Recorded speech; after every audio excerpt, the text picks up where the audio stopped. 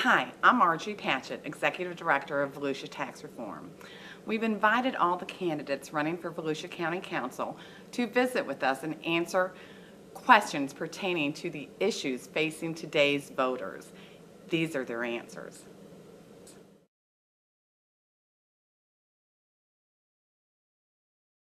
In 2003, the Volusia County total budget was $370 million.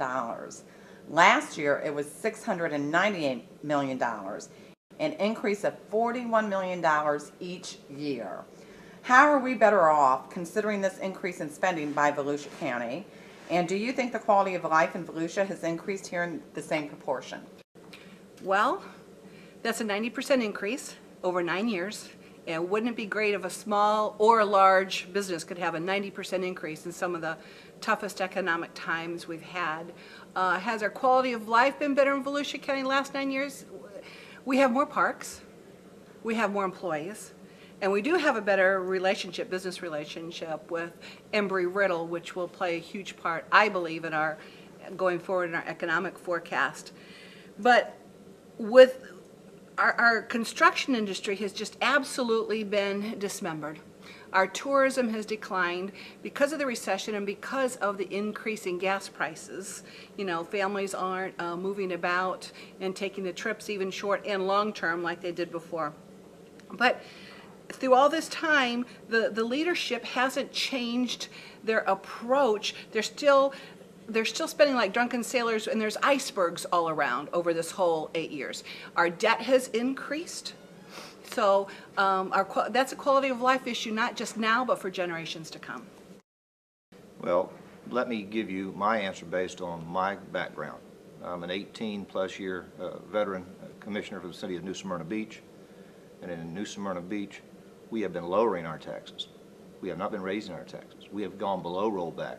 We have been successful in reducing the size of government. We have been successful in doing those things necessary that our taxpayers can continue to survive in New Smyrna Beach, and at the same token, see some growth in our business sector. Unfortunately, apparently Volusia County hasn't taken those same strides. I know that they reduced their taxes some 17% over the last few years, but the question is, how much has Volusia County actually shrunk in size? I mean, cities and municipalities have been taking over, annexing in properties that were in Volusia County. And now that you see that the county has really shrunk, so should that tax bill as well. How would you approach getting more jobs for Volusia County? You know, in New Smyrna Beach, we've been very successful in the sense that we started an economic development advisory board. We went out and we actually created within our city as a CRA district.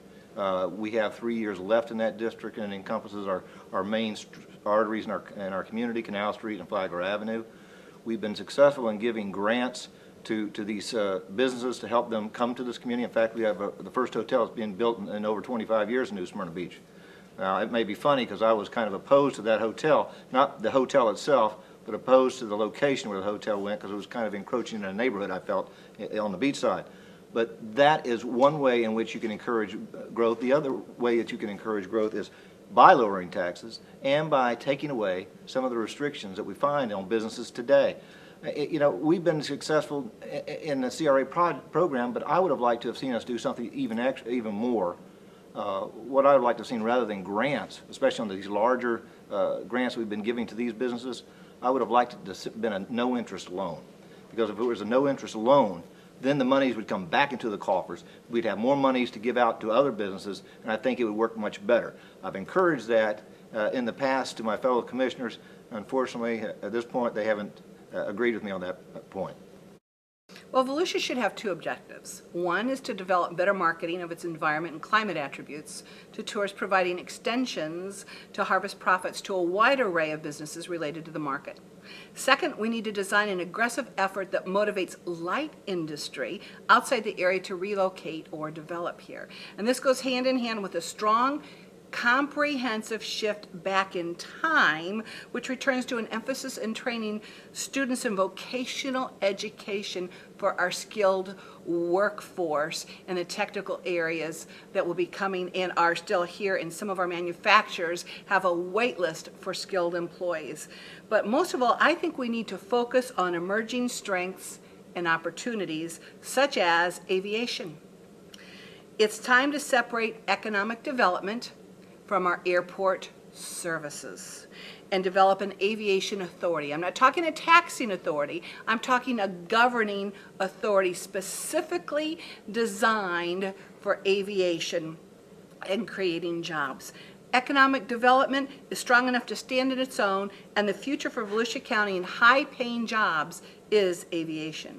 Developing a strong aviation authority sends a message that Daytona Beach is no longer an emerging SIS model or strategic intermodal system with Space Florida, but that we are serious with having an aviation authority that will allow us as Volusia County, not just Daytona Beach, but as Volusia County, to start branding for satellite services, communication-related industries and related research, technology, and support services, all relating to the commercial space transportation market. That Space Florida has done a great job just south of us with Embry Air in Melbourne. They are not an emerging SIS area, they are a current SIS area, as in Jacksonville.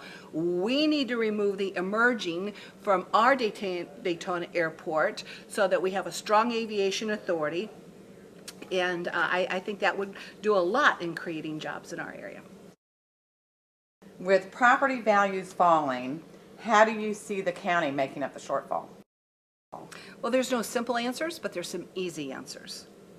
We can't start, first of all, by assuming that the budget has been cut enough already, because obviously with a 90% growth in the last 9 years, there's been a lot of addition to the budget already. So yes, they've cut the budget somewhat, and they've done a pretty good job the last year, but we can't start with assuming that the budget has been cut enough already. And first, we need to take a look at all areas. And the county self-funds for our employees' health insurance and for our vehicle maintenance.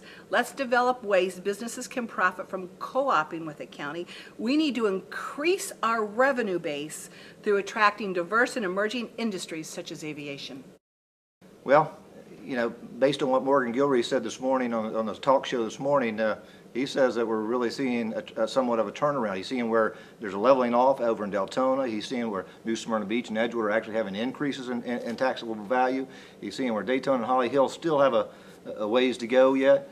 I think that there's only two things you can do in government. You can either raise taxes, find a different revenue source for those tax dollars to come in, or you reduce the spending.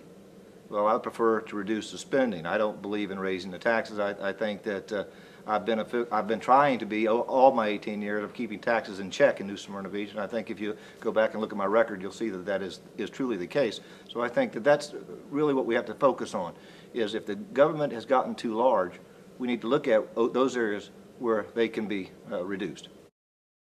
There have been recent allegations of the county violating the sunshine laws, i.e. ECHO. What will you do to ensure that the county is more transparent?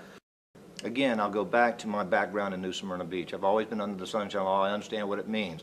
I've been the president of the Volusia League of Cities. I'm on the board of directors of the Florida League of Cities. We all understand what the Sunshine Law says and what it means.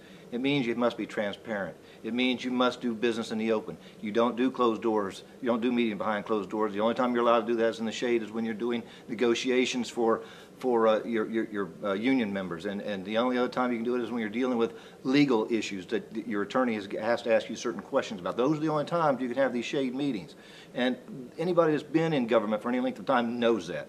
What I would hope to do once I'm on the Volusia County Council is to make those meetings, show that they're more transparent, make sure that everyone has an opportunity to address the council in a period time frame. Obviously, everybody can't address it. We'd be there all day and all night. But one thing I'd also like to see is that we change those meeting times that the council currently meets. It's not advantageous for most workers. It certainly isn't advantageous for staffs of other cities to come at a time certain, when we all know time certain means that's another 2 hours down the road. So I would love to see us reevaluate how we have the meetings, when we hold those meetings, and how those meetings are conducted. Florida Sunshine Law. First of all, I think every year there should be an annual Florida Sunshine Workshop for every council member and every advisory board member to isolate board members and then generate a group report is just circumventing the intent of the Florida Sunshine Law. They know better than that. You can't isolate members, then produce a group report and say you've not violated the Sunshine Law. So I would say every year we need to have a Florida Sunshine Law workshop, and it would be mandatory that every advisory board member attends if you want to serve Volusia County.